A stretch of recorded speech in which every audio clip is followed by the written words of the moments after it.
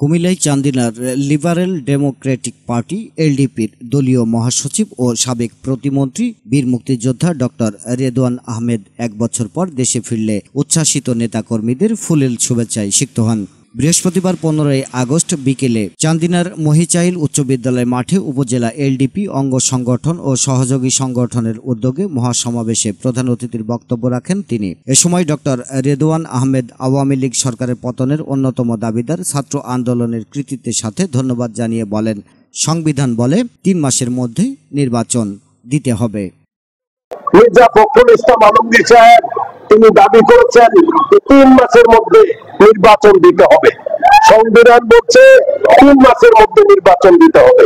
আমি মনে করি মির্জা ফখরুল ইসলাম আলমগীর সাহেব নিশ্চয়ই আমার সাথে একমত হবেন। এই সরকারকে সংস্কারের জন্য পর্যাপ্ত সময় দিতে হবে। আজকে আমি জানি এই সংস্কার রাজনৈতিক ভাবে আমাদের দ্বারা সম্ভব হবে না। রাষ্ট্রীয় সংস্কারের মাধ্যমে একটা নিরপেক্ষ সরকার গঠন করে আপনারা পদত্যাগ করবেন। যত সময় লাগে আপনারা সময় নেবেন। সমাবেশে চান্দিনা উপজেলার এলডিপি সভাপতি এ.কে.এম. শামসুল হক মাস্টার এর সভাপতিত্বে ও প্রভাষক এম.এ. সোহেল খানের সঞ্চালনায় অন্যান্যদের মধ্যে বক্তব্য রাখেন উপজেলা এলডিপি সাধারণ সম্পাদক অধ্যক্ষ আবু তাহের।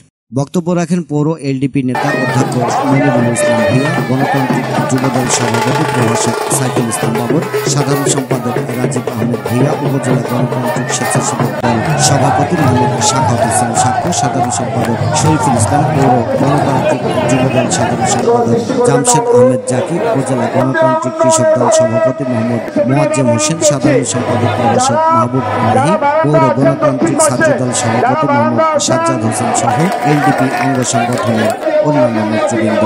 কুমিল্লা থেকে আলিফ মাহমুদ কায়সার, বাংলা 71 টেলিভিশন। বাংলা 71 টেলিভিশন, সত্য প্রকাশে আপোষহীন।